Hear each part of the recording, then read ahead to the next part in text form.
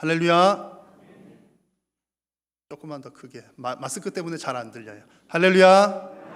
우리 하나님께서 영광 받으십니다.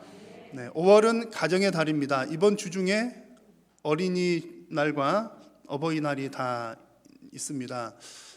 손자 손녀 두신 분들 혹은 자녀 두신 분들, 부모님 두신 분들은 참 기쁜 날이죠. 자식들한테도 선물 사줘야 되고 부모님께도 선물 사드리고 얼마나 기쁘고 복된 날인지 모르겠습니다.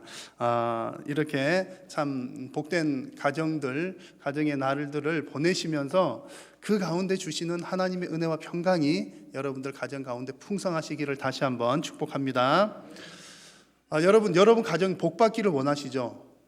우리가 정말 나 개인도 좀 하나님 은혜 많이 주셨으면 좋겠다, 복 많이 주셨으면 좋겠다 생각 같지만 아마 또 그보다 더 크게 바라는 것은 우리 가정에 하나님께서 참 복을 많이 주시면 좋겠다 하는 생각들을 다들 가지실 겁니다. 자, 그런데 여러분 이 사실을 잘 알고 계시죠? 여러분과 여러분의 가정은 이미 복 받은 가정입니다. 아멘입니까? 이미 복 받은 사람들입니다. 왜냐하면 하나님께서 여러분들을 선택하여 주신 것만 해도 우리는 복 받은 거잖아요. 하나님께서 우리들을 선택해 주셨기 때문에 구원받은 백성 되었고 이렇게 예배의 자리에 나와서 예배합니다. 그래서 여기 앉아 계신다는 그것 자체만 해도 우리는 이미 큰 복을 받은 사람들입니다. 그래서 하나님께서 우리를 선택하셨다는 것이 큰 복이고요. 또 하나는 하나님께서 여러분을 선택하실 때 무엇 하기 위해서 선택하셨을까요? 1번 일 많이 시키려고, 2번 복 주시려고. 몇 번이겠습니까? 안 믿는 분이 계신 것 같아요. 하나님께서 여러분들을 복 주시기 위해서 부르신 줄로 믿습니다. 아멘 안 하신 분 분명히 계셔서 제가 그 증거를 보여드리겠습니다. 아브라함 이야기 너무 잘 아시죠? 믿음의 조상이고 정말 그 복의 대명사 그러면 아브라함인데 하나님께서 아브라함 부르실 때 그 말씀을 보십시오. 같이 한번 읽어볼까요? 내가 너로 큰 민족을 이루고 내게 복을 주어 내 이름을 창대하게 하리니 너는 복이 될지라. 아멘. 하나님께서 아브라함에게 주셨던 약속입니다. 무슨 약속합니까? 복 주겠다는 약속을 하는 겁니다. 여러분 이 약속에서 또 창세기 12장에 쭉 나오는 내용들이 있죠. 그 내용에서 두 가지 사실이 중요합니다. 하나는 하나님께서 아브라함을 선택하시고 복을 주실 때 이것은 전적인 하나님의 주권이다라는 겁니다. 아브라함이 특별히 잘난 사람, 남들보다 더 잘생겼거나 키가 더 크거나 더 날씬하거나 혹은 돈이 더 많거나 그런 조건으로 한 것이 아니라 하나님의 특별한 계획과 작정을 따라 주권적으로 선택하셨다는 겁니다. 여러분 이 선택이 저와 여러분들에게도 동일하게 주어졌습니다. 우리가 하나님의 백성 된 것은 내가 잘해서 예수 믿기 전에 착하게 살아서 절대 그런 것 아니라는 사실이죠. 그래서 하나님의 주권이라는 것 중요하고요. 또 한 가지 이 아브라함 이야기에서 중요한 것은 순종입니다. 순종이라는 것이 중요한 핵심 키워드입니다.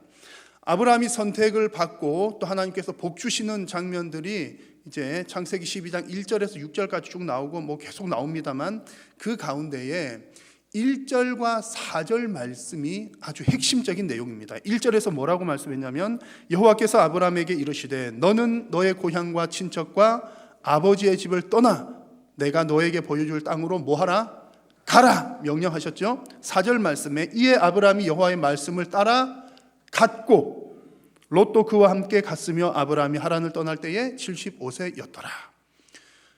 여러분 우리나라 말에서 중요한 것은 끝부분이 중요하죠. 한국말은 끝이 중요합니다. 이렇게 얘기하다 마지막에 말을 확 바꿀 수도 있잖아요. 우리나라 말은 끝이 중요하고 서양 말들을 보면 중요한 것을 앞에 먼저 얘기를 하고 그러는데 이런 각 언어마다 특별한 어떤 그 구조가 있는 것처럼 히브리 말도 특별한 조직이 있습니다. 그래서 히브리 말의 어떤 그 문장적인 구조를 통해서 보면 이제 중요한 것이 1절과 4절이라는 얘기예요. 1절에서 6절까지 쭉 복 주시는 내용이 나오면서 나올 때 보는 핵심적인 그 중앙에 딱 이렇게 해당하는 것이 1절과 4절이 중간 부분에 와 있습니다. 그래서 가라는 표현과 갔다는 표현이 핵심적이라는 얘기입니다. 가라는 하나님의 명령에 그 말씀을 따라가는 순종이 있었다는 얘기고요. 그랬더니 아브라함이 복 받은 사람이 되었고 복을 나누어 주는 사람이 되었고 그리고 복이 되었습니다. 여러분, 하나님께서는 분명히 아브라함에게 복 주셨고 우리는 그 아브라함의 쭉 역사들을 통해서 성경의 역사들을 통해서 하나님께서 얼마나 많은 복을 주셨는지를 우리는 잘 알고 있습니다. 하나님께서 이 아브라함에게 이렇게 복을 주실 때 가만히 살펴보면 하나님께서 복 주시는 방식이 우리들 계산법과는 조금은 달라 보입니다. 자, 우리의 계산법으로 보자면 아브라함이 성공하고 복을 받기 위해서는 그의 고향인 갈대아 우르를 떠나오는 것이 아니라 그곳에 머물러 사는 것이 더 성공할 가능성이 높아 보입니다. 왜냐하면 지금도 여러분 그렇잖아요. 뭐 사업하시는 분들 뭐 여러 가지 일을 할 때에 어떤 일이든 네트워크가 중요합니다. 그러니까 나 혼자 실력 있다고 다 되는 것 아니잖아요. 같이 협력하는 사람, 또 물건을 팔 때는 물건을 사주는 사람 등등 네트워크 인맥이 지금도 중요하고 뭐 어느 시대나 다 그런데 아브라함 시대에는 특히 그것이 더 중요한 시대였습니다. 왜냐하면 그 당시는 시족 사회였거든요. 우리 가족끼리 친척끼리 모여서 사는 그런 시절이었는데 가족을 떠난다, 친척을 떠난다, 낯선 곳으로 간다, 무척 위험한 일이었습니다. 게다가 아브라함이 본래 살았던 갈대아 지역은 살기 꽤 괜찮은 지역이었습니다. 티그리스 강, 유프라테스 강을 끼고 있는 괜찮은 지역에 살고 있었는데 하나님께서는 알지도 못하는 곳으로 그를 보냈습니다. 그래서 우리가 사람의 계산법으로 볼 때에 아브라함이 큰 민족 이루고 창대하게 되려면 아마도 갈대아 우르에 그냥 머물러 사는 것이 그곳에서 사업도 펼치고 뭣도 하고 이미 또 베이스가 되어 있으니까요 더 잘 될 것으로 보입니다. 그런데 하나님은 반대로 말씀하셨죠. 하나님은 아브라함을 향해서 너의 고향과 친척과 아버지의 집을 떠나라. 그리고 아브라함은 그 말씀에 순종했고 결국 복 받는 사람, 또 복을 나누어 주는 사람, 복이 되었습니다. 여러분, 이것이 하나님께서 각 사람들에게 복을 주는 중요한 원리입니다. 자, 여러분들이 지금 예배하는 이 자리에 있는 것만 해도 이미 우리는 복 받은 줄로 믿습니다. 자, 그런데 그 받은 복을 받는 것도 중요하지만 그 받은 복을 잘 유지시켜 나가는 것도 더 중요합니다. 우리가 받은 복을 잘 유지시켜 나가기 위해서는 이 아브라함 이야기에서 우리가 본 것처럼 반드시 하나님께서 복 주시겠다 했을 때 우리가 받는 액션이 필요한 거예요. 그 중요한 그 액션이 바로 순종이라고 하는 것입니다. 그래서 오늘 가정의 달을 맞이해서 오늘 제가 여러분과 함께 나눌 하나님의 말씀은 어린이 주일 설교, 어버이 주일 설교 좀 섞어서 이렇게 한 번에 짠 하는 겁니다. 그래서 우리 각 가정에 주시는 하나님의 말씀을 나눌 텐데 여러분 해마다 어린이 주일, 어버이 주일 돌아오잖아요. 매년 지금 도대체 몇십 년을 보내셨습니까? 그러면 신앙생활 몇십 년 하신 분들은 뭐 어버이 주일, 어린이 주일, 뭐 그 설교 내용, 성경이 관련된 성경 구절들 아마 거의 뻔하게 알고 계실 겁니다. 그래서 오늘 제가 이렇게 설교를 하는 것은 여러분들이 아무래도 우리 성도님들이 모르실 것 같아, 모를 것 같아서 전하는 말씀이 아니라 이 말씀이 하나님의 말씀이니 이 말씀에 순종하시고 복 받으시라고 오늘 하나님의 말씀을 함께 나눕니다. 그래서 말씀에 순종하심으로 하나님의 복을 지속적으로 받아 누리시는 여러분의 가정 다 되시기를 축복합니다. 자, 성경에서 성도의 가정에게 주시는 너무나 분명한 복 받는 비결이 있습니다. 우리가 거의 매주 보는 말씀이고요. 너무나 분명한 복 받는 말씀 오늘 성경에서도 1절에서 3절 나왔습니다. 자, 같이 한번 읽겠습니다. 자녀들아, 주 안에서 너희 부모에게 순종하라. 이것이 옳으니라. 내 아버지와 어머니를 공경하라. 이것은 약속이 있는 첫 계명이니 이로써 내가 잘되고 땅에서 장수하리라. 아멘. 아멘입니까? 여러분 확실히 믿으십니까? 여러분 부모 공경 순종하면 오래 사는 것 확실히 믿으십니까? 여러분 믿음 좋습니다. 근데 이제 가끔 이 말씀 보다가 의심하는 분들이 계시더라고요. 사람인지라 우리가 계산이 먼저 돌아가거든요. 말씀 부모 공경하면 오래 산다고 했는데 내가 아는 아무개는 빨리 죽었잖아, 50살에. 그런데 그 아무개 엄청 부모님 공경하는 것 같은데 이게 말씀이 확실히 맞나?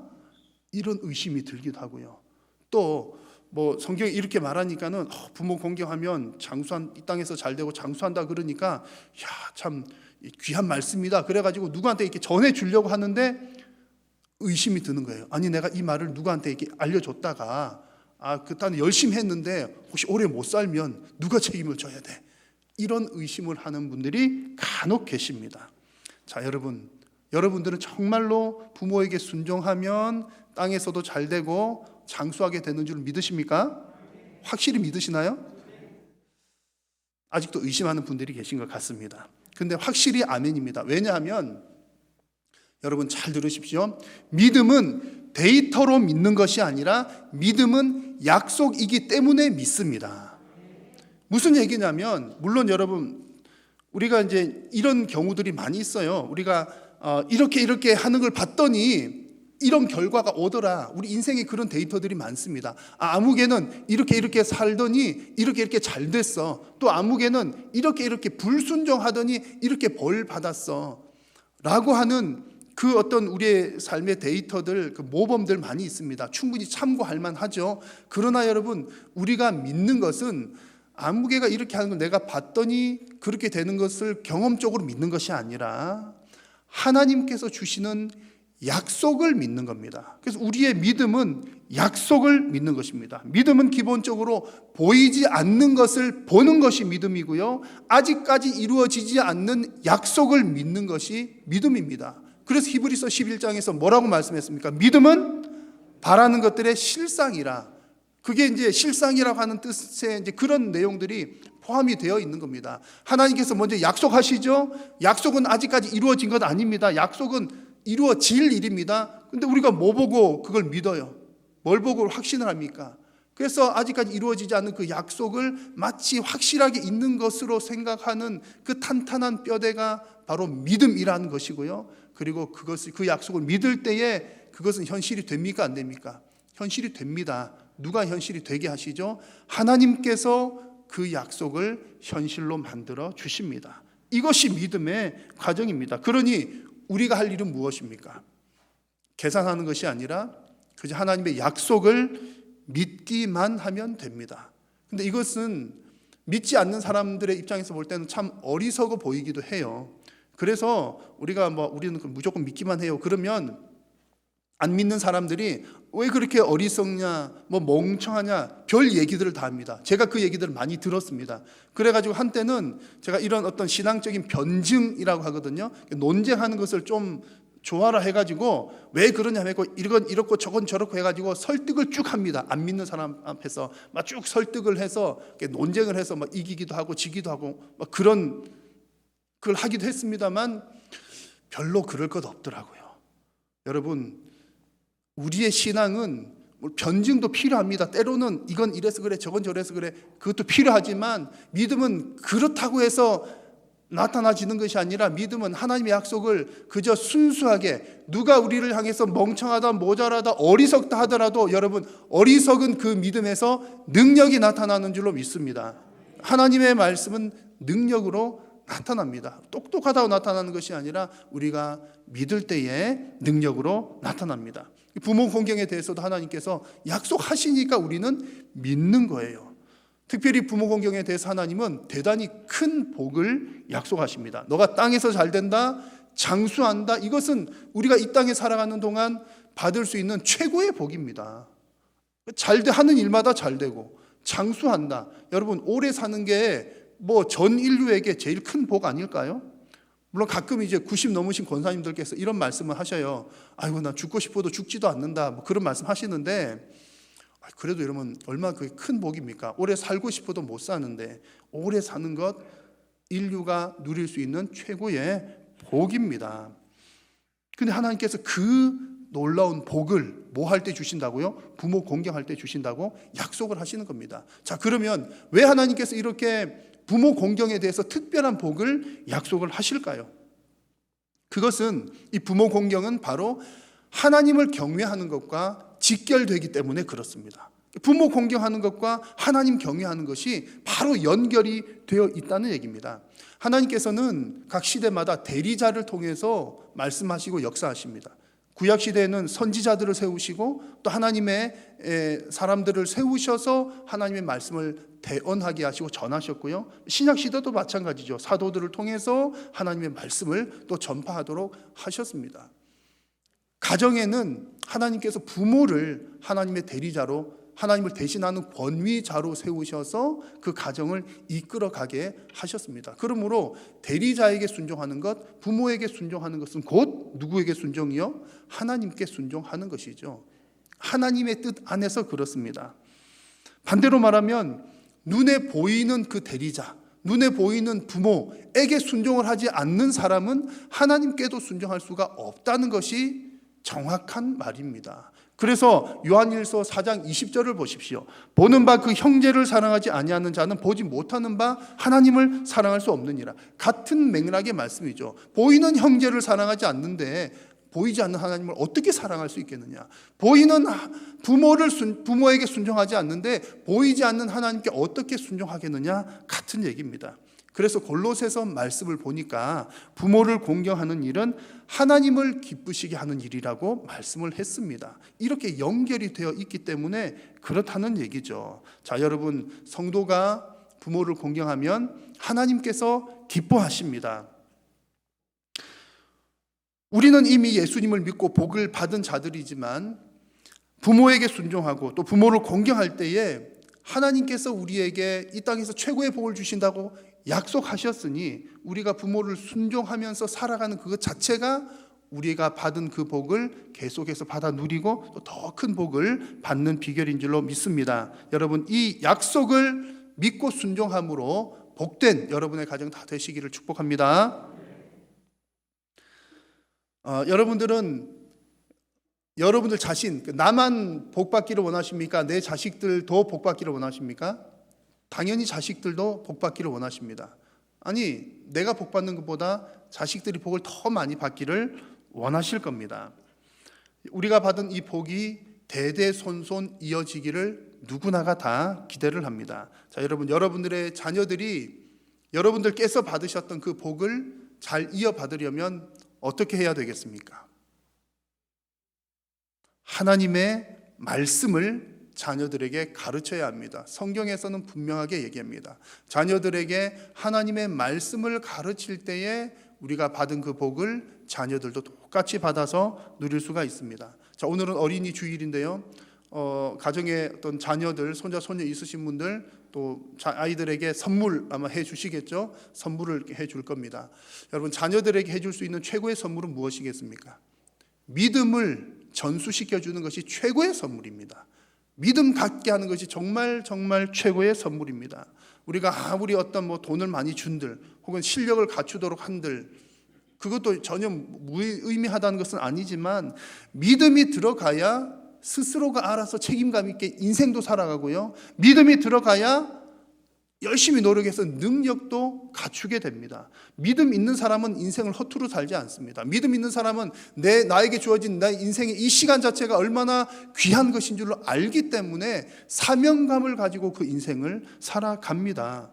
그래서 무엇보다도 그 자녀들을 여호와를 경외하는 신앙인으로 키우는 것이 그의 인생을 잘 살도록 하는 뿐만 아니라 여호와를 경외함으로 우리가 받은 그 복도 자녀들이 풍성하게 누릴 수가 있습니다. 신명기 6장 말씀을 보시면 이런 말씀 2절에 나옵니다. 곧 너와 내 아들과 내 손자들이 평생에 내 하나님 여호와를 경외하며 내가 너희에게 명한 그 모든 규례와 명령을 지키게 하기 위한 것이며 또 내 나라를 장구하게 하기 위한 것이라.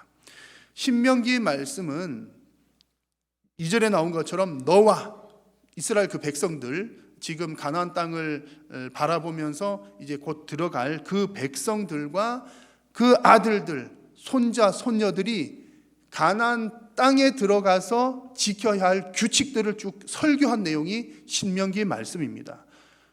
가나안 땅에 들어가서도 하나님께로부터 받았던 그 복을, 그 은혜를 잘 유지시키기 위해서는 이런 규칙들을 지켜야 돼라고 말씀을 하는 거죠. 여러분, 순종하는 것은 순종하면 구원받는 거야 라는 차원이 아닙니다. 하나님께서 먼저 우리에게 선물을 주셨고 복을 주셨고 우리를 구원해 주셨습니다.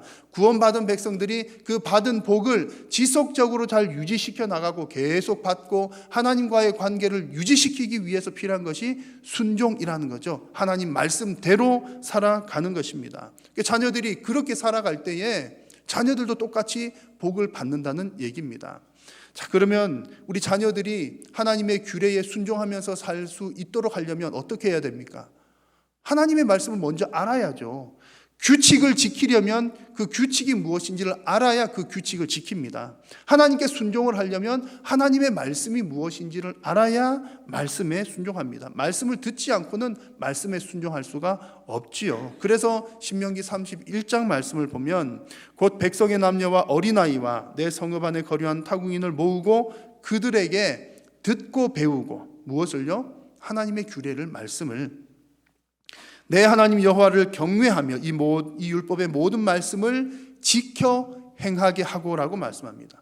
듣고 배워야 지킬 수가 있는 것이지요. 여러분, 지키는 것도 억지로 되는 것 아니죠?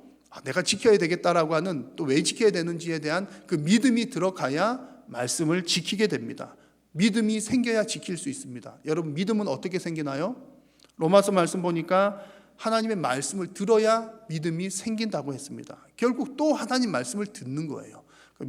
말씀을 들어야 어떻게 지킬지 알죠. 또 말씀을 들어야 또 지킬 마음도 생기죠. 또 있습니다. 베드로 전서 말씀을 보니까 말씀을 들어야 우리의 신앙이 자라갑니다. 자녀들이 밥을 잘 먹고 젖을 잘 먹어야 아기들이 잘 자라는 것처럼 하나님의 신령한 말씀을 잘 듣고 공급을 받아야 자녀들의 신앙도 잘 자라게 되는 것입니다. 여러분, 여러분들께서 받은 복을 여러분의 자녀들도 받아 누리기를 원하십니까? 아멘입니다. 그렇다면 자녀들로 하여금 하나님의 말씀을 듣게 하십시오.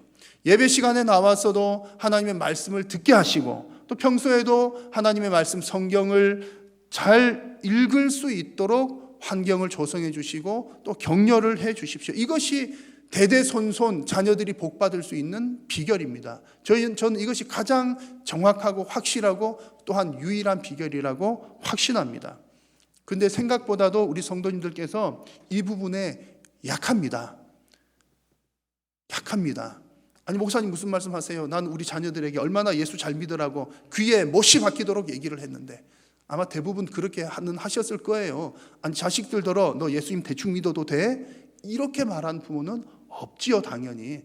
자녀들에게 너 예수님 잘 믿어야 돼, 신앙생활 잘 해야 돼, 그런 얘기들은 다 하지만 곰곰이 한번 생각을 해보신다면 말씀은 많이 하셨지만 자식들이 그렇게 신앙 교육을 받을 수 있는 환경은 얼마나 제공해 주었을까를 생각을 해보면 생각보다 많이 미약합니다. 아니, 이것은 그냥 물리적인 시간이 나와요. 여러분, 자녀들, 아이들, 초중고생들, 대학생까지 하든 하루에 한 8시간 혹은 10시간 이상을 학교나 학원에서 시간을 보내겠죠. 그래서 그들의 인생을 위해서, 물론 이제 하나님 영광 위해서도 있지만 어쨌든 학교 공부, 학원 공부 등을 위해서는 8시간, 10시간을 보내는데 과연 하루의 그 시간들 가운데 하나님의 말씀을 듣고 또 기도하는 시간은 30분이라도 될까요? 일주일을 한번 보십시오. 하루가 문제가 아니라 일주일에 적어도 40시간, 50시간 이상은 학교 혹은 학원 그런 곳에서 인생의 앞길을 위해서 준비를 하는데, 우리가 하나님의 말씀을 듣는 그 시간은 주일학교 열심히 다녔는데, 교회 안 빠지고 다녔는데, 여러분, 교회 안 빠지고 열심히 나오신 건 너무나 훌륭하고 자식들 주일에 교회 안 빠지도록 보내신 건 너무나 훌륭합니다만 그것이 충분한 것이 아니라는 얘기죠. 정말 최소치입니다. 최소치. 왜 그렇습니까? 주일 학교 와서 주일에 한 번 시간 보내봐야 길어야 1시간입니다. 그 가운데서도 앞에 뭐 하고 저거 하고 이것저것 하고, 말씀 듣는 시간은 엄청 길게 잡아도 20분, 30분입니다. 다른 공부와 다른 것 준비들을 위해서는 일주일에 40시간, 50시간을 보내는데 하나님 말씀 듣는 것은 20분, 30분? 그렇게 해가지고 과연 말씀 중심의 삶이 이루어질 수가 있겠습니까? 참 어렵다는 얘기입니다. 물론 여러분, 이제 가끔 보면은 이제 그런 분들이 계셔요. 정말 자녀들에게 한 말씀을 잘 가르치기 위해서 시간도 많이 보내고 물리적인 시간이 긴 것은 아니지만 늘 그런 마인드로 살아가시는 분들이 있습니다. 그래가지고 저에게도 가끔 문의를 봐요. 우리 가족들이 이제 가정 예배를 이렇게 하는데 하다가 이런 말씀이 나와서 이렇게 했는데 이게 어떤가요?라고 저에게 물어봐요. 그럼 저에게 이렇게 물어보면 이건 사실은 1:1 과외나 마찬가지잖아요. 제가 돈을 받고 가르쳐 드릴까요? 아니면 기쁨으로 공짜로 가르쳐 드릴까요? 여러분 한번 생각해 보십시오. 없는 형편에도 자식들 잘 되라고 학원 보내고 또 과외도 시켜주고 그러는데 돈 안 받고 성경 가르쳐주는 이제 성경 과외는 요청하는 사람들이 별로 없어요. 근데 하시는 이런 분들은 진짜 훌륭한 분들인 겁니다. 여러분 성경 과외 많이들 요청하시기를 바랍니다. 오늘 말씀 4절을 보십시오. 4절을 보시면 또 아비들아 너희 자녀를 노엽게 하지 말고 오직 주의 교훈과 훈계로 양육하라 그랬습니다. 우리 믿음의 가정은 자녀들 양육하는 것 1번은 주님의 교훈과 훈계로 양육하는 겁니다. 하나님의 말씀으로 양육할 때에 우리 자녀들에게 신앙이 들어가게 되고 그들의 인생이 열리게 되며 또한 하나님께서 나에게 주셨던 그 놀라운 영적인 육적인 복을 우리 자녀들에게도 주실 줄로 믿습니다. 여러분들의 자녀가 영혼이 잘 되고 하나님의 복이 지속되기를 바란다면 여러분 지금부터라도 하나님의 말씀을 가르치는 일에 그런 환경을 조성하는 일에 열심을 내시는 여러분들 다 되시기를 바랍니다. 그리하여서 여러분들의 가족 모두가 하나님의 복이 자녀들에게 계속 잘 전수되는 은혜가 있기를 바랍니다. 자, 받은 복을 지속시키는 세 번째 내용은 자기 자신의 신앙을 성숙하게 만들어 나가는 일입니다. 자, 두 가지 말씀드렸죠. 부모를 공경하면 이 땅 가운데 받을 수 있는 최고의 복을 받는다. 하나님 약속이에요. 그리고 우리가 받은 복을 자녀들에게 잘 전수를 하려면 그냥 너 이거 가져 그게 되는 게 아니라 하나님 말씀을 가르쳐야 된다. 성경을 가르쳐야 된다. 두 가지 말씀드렸고요. 이 두 가지를 잘 하려면 내 신앙이 바르게 서 있어야 됩니다. 내 신앙이 성숙해야 부모도 공경하고 자녀들에게도 말씀으로 양육을 할 수가 있습니다. 자, 여러분 아마 여러분들 가운데 그런 분들 계실걸요? 아마 조상 대대로 이어온 뭐 엄청난 유산을 가진 그런 가정들이 아마 있을 겁니다. 그러면 몇 대에 걸쳐서 이렇게 받아온 유산을 이제 내 때에 이렇게 나도 받았어요. 그러면 나 때에 다 쓰고 없애야 됩니까? 자식들에게 잘 전수를 해야 됩니까? 당연히 잘 전수를 해 주어야 되겠죠. 그러려면은 내가 받은 그 유산을 잘 관리할 수 있는 능력이 나에게 있어야 되는 겁니다. 자칫 잘못하면 몇 대에 걸쳐 내려오던 뭐 어떤 귀중한 뭐 여러 가지들 유산들을 자칫 잘못하면 내가 잘못해가지고 관리 못해가지고 하루 아침에 다 날릴 수도 있습니다.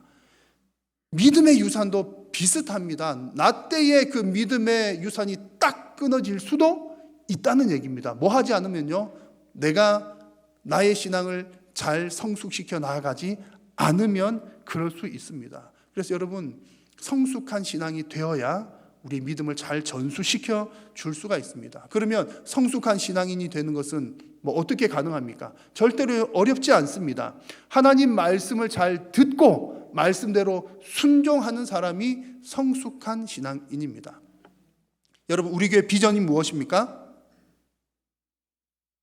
오랜만에 교회 나오셔가지고 지금 우리 교회 비전은 여러분 왼쪽을 보십시오. 우리 한일교회 앞에 제가 온갖 곳곳에 다 써놨어요. 지금 몇 년째 이래가지고 반석 위에 세운 교회 한일교회. 짠 오른쪽도 보십시오. 반석 위에 세운 교회 한일. 어쨌든 우리 한일교회라고 하는 이름 들어갈 때마다 앞에다가 제가 반석 위에 세운 교회라고 하는 것을 자꾸 붙여요. 성도님들 잘 이렇게 기억하시라고. 그래서 우리 교회의 비전은 반석 위에 세운 교회입니다. 올해 표어는요? 앞에 없으니까 헷갈리시죠? 저기는 있네요. 우리는 영광스러운 교회의 일꾼입니다. 올해 1년의 목표가 그 해의 표어이고 우리 교회가 좀 장기간 동안 추구하는 바가 우리 교회의 비전인데 우리 교회 비전은 반석 위에 단단하게 세워지는 겁니다. 교회도 그러고 여러분들의 가정과 개인 신앙도 마찬가지입니다. 반석 위에 세우는 것은 어떻게 가능합니까? 두 가지가 탄탄해야 돼요. 두 다리가 큰 다리인데 하나는 바른 신앙 고백, 오늘 우리 장로님 기도하실 때 기도하셨잖아요. 바른 신앙 고백이고 또 하나는요, 실천적인 신앙입니다. 절대로 어렵거나 복잡한 거 아니에요. 바른 신앙 고백이 뭡니까? 오늘 말씀 나오는 거 다 같은 맥락입니다. 바른 신앙 고백은 바른 말씀을 잘 듣는 거예요. 실천적인 신앙은요, 들은 말씀대로 순종하는 겁니다. 잘 듣고 잘 행하는 것, 이것이 균형 있는 신앙인이고 반석 위에 탄탄하게 세워지는 신앙이요 또한 교회입니다. 그래서 여러분, 말씀을 들은 대로 그리고 그 들은 대로 순종하는 사람이 균형 있게 성숙하는 사람입니다. 신명기 말씀에서도 같은 내용이 나옵니다. 듣고 행하는 자가 복을 받는다고 말씀을 해요. 3절 말씀을 같이 한번 읽겠습니다. 이스라엘아, 듣고 삼가 그것을 행하라. 그리하면 내가 복을 받고 내 조상들의 하나님 여호와께서 내게 허락하심 같이 젖과 꿀이 흐르는 땅에서 내가 크게 번성하리라. 아멘. 뭐 하면요? 듣고 행하면 복을 받고 번성할 것이다. 이것이 성경 전체에 흐르는 하나님의 말씀입니다. 여러분, 그리고 이 신명기 말씀에 자녀를 교육하는 부분에 있어서도 같은 맥락이 나옵니다. 뒷부분에는 자녀들에게 계속 말씀을 잘 가르쳐라, 그런 내용이 나오는데요, 잘 가르치기 위해서는 5절과 6절에 나오는 것처럼 너가 먼저 하나님을 사랑해야 되고 너가 먼저 하나님의 말씀을 마음에 잘 새겨야 돼 라고 말씀을 하시는 겁니다. 그래서 여러분, 내 자신의 신앙을 성숙하게 만들어 나가면 나도 복을 받고 자녀들도 복을 받고, 나의 신앙, 내가 받았던 신앙의 유산, 또한 하나님께 주셨던 영육간의 큰 복들 계속해서 잘 유지시켜 나갈 수가 있습니다. 여러분, 하나님께서 우리에게 복을 주시는 방식이 바로 이런 방식입니다. 하나님을 경외하고 하나님 사랑하고 말씀 잘 듣고 순종하는 것. 여러분, 어렵습니까? 안 어렵습니까? 복잡합니까? 안 복잡합니까? 전혀 복잡하거나 어려운 것 아닙니다. 얼마나 고마운 방식인지 몰라요. 하나님의 방식은, 우리에게 복 주시는 방식은 능력제가 아니라는 얘기입니다. 만약에 여러분, 하나님께서 힘센 사람에게 내가 복을 많이 주겠다, 그러면 힘 약한 사람들은 어떻게 해요? 그리고 하나님께서 똑똑한 사람에게 내가 복을 많이 주겠다, 그러면 조금 안 똑똑한 사람은 어떻게 해요? 하나님께서는 그렇게 능력을 따라 복을 많이 주시고 적게 주시는 것 아니라, 하나님 사랑하는가, 말씀을 잘 듣고 순종하려고 하는가, 또 순종하는가. 우리 100% 완벽하게 순종할 수는 없죠. 하나님 그 마음을 보십니다.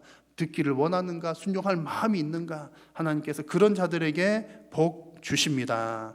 여러분, 이런 하나님의 약속의 말씀이 정말 나를 사랑하고 나를 경외하는 자에게 복을 주겠다, 그런 말씀이 성경에 계속 나오는데, 특별히 시편 128편을 보니까 우리들이 너무나 잘 알고 좋아하는 이런 내용이 나옵니다. 자, 말씀을 한번 같이, 2페이지인데요, 같이 한번 읽어보겠습니다. 여호와를 경외하며 그의 길을 걷는 자마다 복이 있도다. 내가 내 손이 수고한 대로 먹을 것이라. 내가 복되고 형통하리로다. 내 집 안방에 있는 내 아내는 결실한 포도나무 같으며 내 식탁에 둘러앉은 자식들은 어린 감람나무 같으리로다.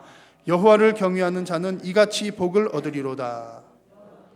시온에서 내게 복을 주실지어다. 너는 평생에 예루살렘의 번영을 보며 내 자식의 자식을 볼지어다. 이스라엘에게 평강이 있을지로다. 아멘.